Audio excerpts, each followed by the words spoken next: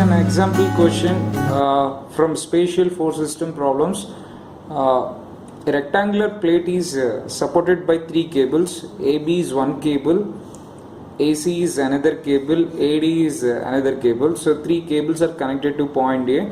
So the rectangular plate is having connections with three cables, and those are attached to point A as shown in figure. Knowing that the tension in the cable AD is 520 newtons, so along AD, so the tension is 520 newtons. Find the components at point D. So this is the question. So for any problem, first I need to find the coordinates. So which point coordinates I need to find? That is the first important thing.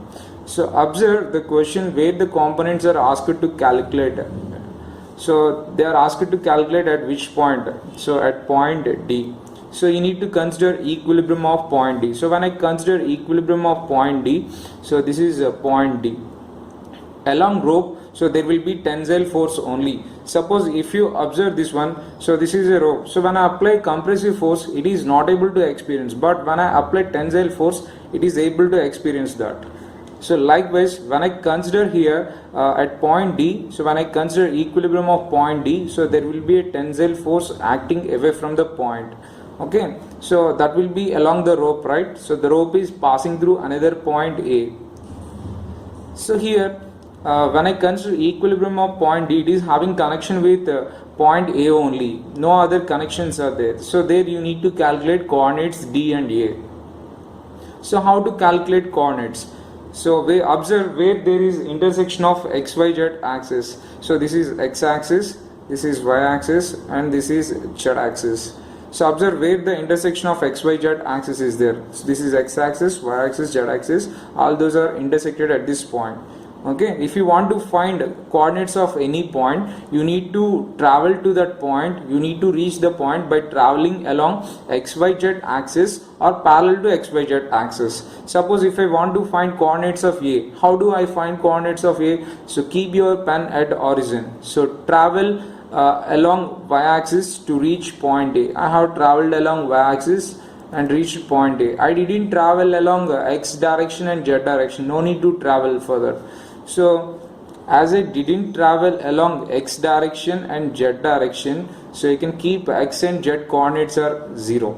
Okay, from the origin you have traveled in the given Y direction, so it is a positive value. From origin you have traveled a distance of 480. So therefore coordinates of A are 0, 480, 0.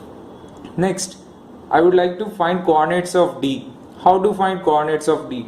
So from origin, reach point D by traveling along XYZ directions or parallel to XYZ. From origin, so I am traveling in this direction. I am traveling in this direction. Later I am traveling in this direction. Here I have traveled along two directions, that is Z direction and X direction, but I didn't travel along Y direction. Okay, so here when I consider Y coordinate, it will be 0. Why? Because I didn't travel along Y direction. When I consider X direction, so this is X direction, parallel to X, I have traveled a distance of 250 along given X notation. So it is a positive value, 250. When I consider Z direction, so I have traveled in the opposite direction. Okay, opposite direction, that means Z axis is given here. From origin to Z, this is positive. From origin to this one, Z axis is negative. From origin to, so this one, so the distance is 360, and I have traveled in negative direction, so minus 360. Here if you observe, the force is passing from point D to A. So you need to calculate first the position vector dA bar. So calculate position vector dA bar. So dA bar is nothing but OA bar minus OD bar. OA bar is nothing but 0I bar plus 480J bar plus 0K bar. That is 0I bar plus 480J bar plus 0K bar minus OD bar. OD bar is nothing but 250I bar plus 0J bar minus 360K bar. From this, it is equal to minus 250I bar plus 480J bar minus 360K bar. So later calculate the magnitude of unit vector dA bar is equal to square root of minus 250 whole square plus 480 square plus minus 360 whole square, you will get a positive value here.